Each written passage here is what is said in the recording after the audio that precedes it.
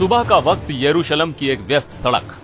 लोग अपने काम पर जाने के लिए बस का इंतजार कर रहे हैं। तभी अचानक गोलियों की तड़तड़ाहट से पूरा इलाका गूंज उठता है। चीख पुकार और दहशत का ऐसा मंजर जिसने इजराइल को एक बार फिर दहला दिया है। यरूशलेम के एक बस स्टॉप पर हुए इस आतंकी हमले में 6 लोगों की मौत हो गई और 12 से ज्यादा लोग जिंदगी और मौत के बीच झूल रहे हैं।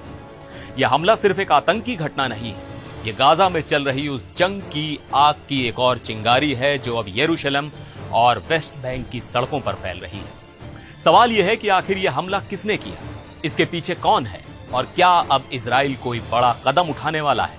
आज हम इस पूरे मामले की पड़ताल करेंगे। बने रहिए मेरे साथ।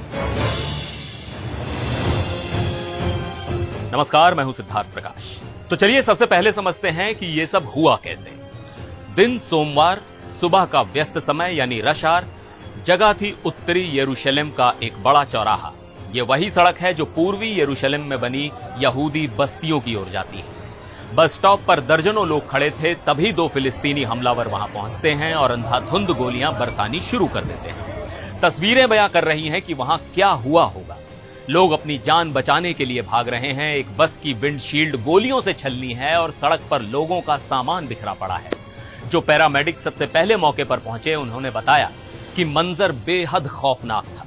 हर तरफ टूटे हुए शीशे थे और घायल लोग सड़क पर और फुटपाथ पर बेहोश पड़े थे। लेकिन इसी हमले के बीच वहीं मौजूद एक इजरायली सैनिक और एक आम नागरिक ने हिम्मत दिखाई। उन्होंने अपनी बंदूकें निकाली और दोनों हमलावरों को मौके पर ही ढेर कर दिया।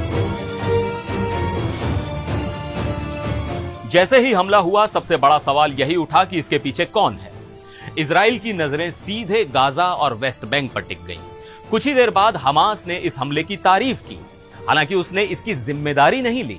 हमास ने इसे हमारे लोगों के खिलाफ कब्जे के अपराधों की एक स्वाभाविक प्रतिक्रिया बताया। अब हमास के इस बयान का मतलब समझिए।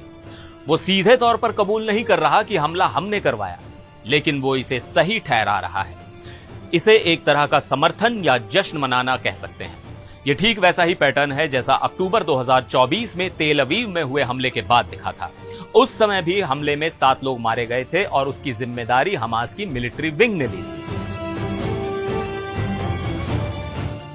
यरूशलेम का यह हमला कोई अकेली घटना नहीं है।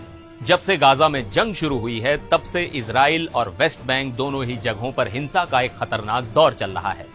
गाजा युद्ध शुरू होने से जुलाई 2025 तक 49 इजरायली मारे गए और इसी दौरान 968 फिलिस्तीनी मारे गए। ये आंकड़े संयुक्त राष्ट्र के हैं। ये दिखाते हैं कि हिंसा दोनों तरफ से हो रही है। एक तरफ फिलिस्तीनी लड़ाके इजरायलियों पर हमले कर रहे हैं, तो दूसरी तरफ इजरायली सुरक्षा बलों और यहूदी सेटलर्स यानी बस्तियों में रहने वाले लोगों की ओर से फिलिस्तीनियों पर हमले भी बढ़े हैं। ये एक ऐसा चक्र बन गया है जहां हर हमला एक नए हमले की वजह बनता है और यरूशलेम का यह हमला इसी खतरनाक चक्र की एक और कड़ी है। हमले के करीब 2 घंटे बाद इजराइल के प्रधानमंत्री बेंजामिन नेतन्याहू खुद घटनास्थल पर पहुंचे और दिलचस्प बात यह है कि उन्होंने अपने भ्रष्टाचार के मुकदमे के लिए कोर्ट में पेश होना था, लेकिन इस हमले की वजह से सुनवाई टाल दी गई। मौके पर पहुंचकर नेतन्याहू ने एक बड़ी चेतावनी दी। उन्होंने कहा कि इजराइल कई मोर्चों पर एक साथ युद्ध लड़ रहा है, यानी गाजा, वेस्ट बैंक और खुद इजराइल के अंदर भी। नेतन्याहू ने उस सैनिक की भी जमकर तारीफ की जिसने हमलावरों को मार गिराया। यह सैनिक अल्ट्रा ऑर्थोडॉक्स यहूदियों के लिए बनाई गई एक नई यूनिट से था। इसके तुरंत बाद इजरायली सेना ने एक्शन शुरू कर दिया। सैकड़ों सुरक्षा बलों ने पूरे इलाके को घेर लिया ताकि कोई और हमलावर या विस्फोटक ना छिपा हो। सेना ने पास के वेस्ट बैंक शहर रामल्ला के बाहरी फिलिस्तीनी गांवों की घेराबंदी भी शुरू कर दी।